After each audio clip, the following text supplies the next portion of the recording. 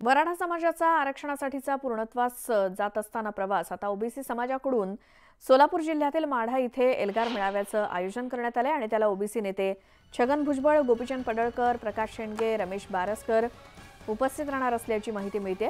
राज्य सरकारने मराठा समाजाच्या आरक्षणासाठी अध्यादेश काढला, नंतर पहिलाच ओबीसी एल्गार मेळावा असणार आहे आणि त्यामध्ये ओबीसी नेते छगन भुजबळ यांच्यासह अन्य नेते उपस्थित राहून काय टीका टिप्पणी करणार याकडे सगळ्यांचं लक्ष लागलंय।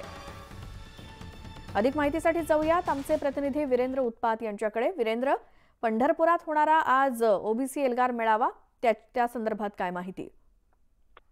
माढा येथे हा ओबीसी एल्गार मेळावा होतोय आणि काल जो मराठा समाजासाठी अध्यादेश काढण्यात आला आहे त्याच्यानंतरचा हा ओबीसी मेळावा सुनियोजित होता।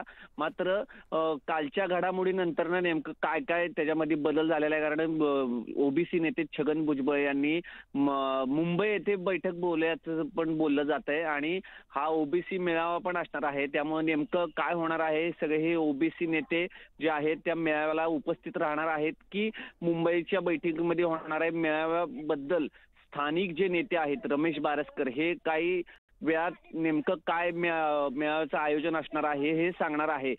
परंतु झालेल्या घडामोडीनंतरचा हा पहिला ओबीसी मेळावा असल्या कारणाने त्याच्यात ओबीसी नेते उपस्थित राहून नेमके काय त्यांच्या व्यथा मांडतील किंवा टीका टिप्पणी करतील याच्याकडे सगळ्यांचं लक्ष असणार आहे। बिलकुल वीरेंद्र, धन्यवाद या माहितीसाठी।